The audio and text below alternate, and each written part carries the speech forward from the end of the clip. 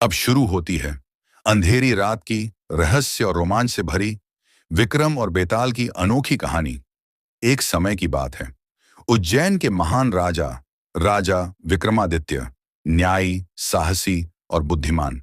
उनकी ख्याति इतनी थी कि हर कोई उनसे सहायता की उम्मीद रखता था। एक दिन दरबार में एक साधु आया। उसकी आंखों में बेचैनी थी। उसने कहा, राजन, मेरा एक विशेष यज्ञ अधूरा है। उसे पूर्ण करने के लिए मुझे एक शव पर चढ़े बेताल की आवश्यकता है। क्या आप उसे मेरे पास ला सकते हैं? राजा विक्रमादित्य ने बिना कुछ सोचे कहा, यदि यह तुम्हारी भलाई और धर्म का कार्य है तो मैं अवश्य करूंगा। रात का समय था। आकाश में काले बादल, हवा में चीखती सरसराहट, श्मशान की ओर बढ़ते कदमों की आवाज खामोशी को काट रही थी। लेकिन विक्रम निडर थे। एक विशाल पेड़ के नीचे उल्टा लटका हुआ बेताल धीमी खतरनाक हंसी हंस रहा था।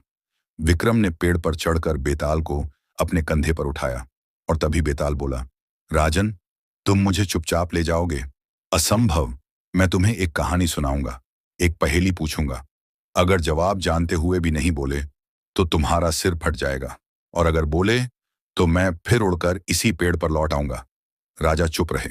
रास्ता लंबा था और बेताल ने कहानी शुरू की। एक नगर में वीरनायक नाम का युवक रहता था। उसकी पत्नी सुंदरी, सुंदर, तेजस्वी और समझदार। एक दिन वे दोनों जंगल से लौट रहे थे। अचानक एक डाकू ने घात लगाकर हमला किया। वीरनायक ने साहस दिखाया, लेकिन डाकू बहुत शक्तिशाली था। जब डाकू सुंदरी को पकड़कर लेकर जाने लगा, तभी उसके पैरों में एक जहरीला सांप लिपट गया। सांप ने उसे काट लिया और डाकू वहीं ढेर हो गया। सुंदरी सुरक्षित बच गई। कहानी रोककर बेताल ने पूछा, राजन, बताओ, क्या सुंदरी शुभ थी या अशुभ? क्या उसकी सुंदरता विनाश का कारण बनी या सौभाग्य का? राजा विक्रमादित्य कुछ क्षण सोचते रहे, फिर बोले, सुंदरी न शुभ थी न अशुभ। डाकू की मृत्यु उसकी सुंदरता से नहीं, बल्कि अपनी ही दुष्ट कर्मों और नियति के कारण हुई। सुंदरी तो केवल परिस्थिति में फंसी हुई थी। अशुभ तो डाकू था, न कि सुंदरी। जैसे ही उन्होंने उत्तर दिया, बेताल जोर से हंसा।